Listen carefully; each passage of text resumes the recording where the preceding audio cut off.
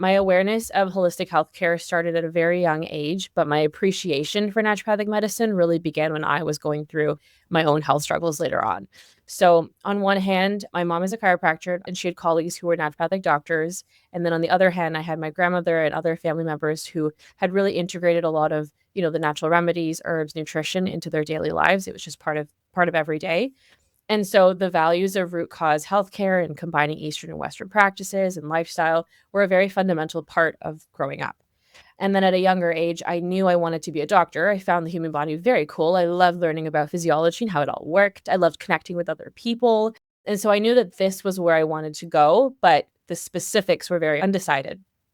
And so jumping forward to the years between, I don't know, grade 10 and early university, that's when I personally took a bit of a hit to my gut health. And then from there, my health overall changed.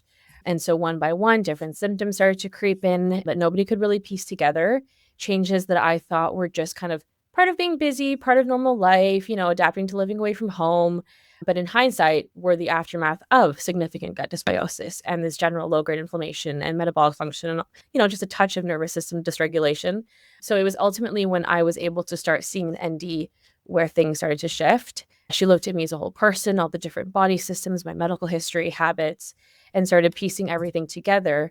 And not only was that perspective huge, but it was how she went about doing it, having the time to explain what was actually happening, why these patterns were occurring, and making clear the purpose behind why we were moving forward with whatever treatment plans we were, right? And so from that point forward, I knew that this was the kind of doctor that I wanted to become, and someone who had the opportunity to spend time connecting with patients, listening to their story, and essentially just inspiring the person sitting in front of me to be more active in their own healthcare journey and take that active lead.